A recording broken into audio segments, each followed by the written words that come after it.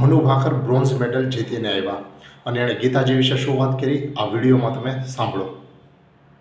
To just take us through the final few moments and final few shots, what was going on in your mind?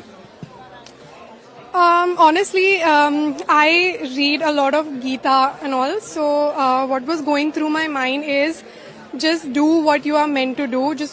Do what you are supposed to do, and just leave whatever the destiny. You can't control the outcome of it. So in Gita, Krishna says to Arjun that you focus on your karma and not on the outcome of the karma. So only that was running in my head. I was like, okay, just do your thing, and let it all be. આ ગીતાજીને એમણે જે વાત કરી કે જ્યારે હું ઇવેન્ટમાં ભાગ લેતી હતી ત્યારે મારા મગજમાં એક જ વસ્તુ ચાલતી હતી કે તારે કર્મ કરવામાં અધિકાર છે. આ ગીતાજીના બીજા અધ્યાયના 47મો જે શ્લોક છે એમની વાત છે. જો હું તમને દેખાડું, આ ગીતાજીનો બીજા અધ્યાયનો 47મો કર્મણી એવાધિકારસ્તે મા ફલેષુ કદાચન મા કર્મ ફલ હેતુર્ભુર્મા તે સંગોસ્ત્વ કર્મણી. એટલે ભગવાન શું કહેવા માગે છે કે કર્મ કરવામાં જ તારો અધિકાર છે, ફળ ઉપર નહીં.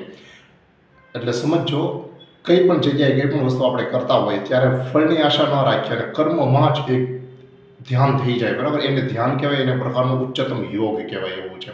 અને એના દ્વારા બ્રોન્ઝ મેડલ તો શું, સિલ્વર, ગોલ્ડ મેડલ પણ લોકો જીતી શકે.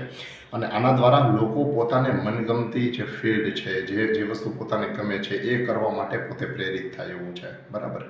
એટલે ગીતાજીનું જે આ શ્લોક અને ગીતાજીના જ વિચારો એના મનમાં આવતા હતા, એના કારણે એમનું ફોકસ અને કોન્સન્ટ્રેશન ખૂબ વધી ગયું અને એને સફળતા પ્રાપ્ત થઈ. એટલે તમને આ વિડીયો ગમ્યો, લાઈક કરજો, તમારી કોમેન્ટ શેર કરજો. તમારા જીવનમાં તમને પણ કોઈ પણ બાબતમાં સફળતા પ્રાપ્ત કરવી હોય તો ગીતાજીનો અભ્યાસ કરજો.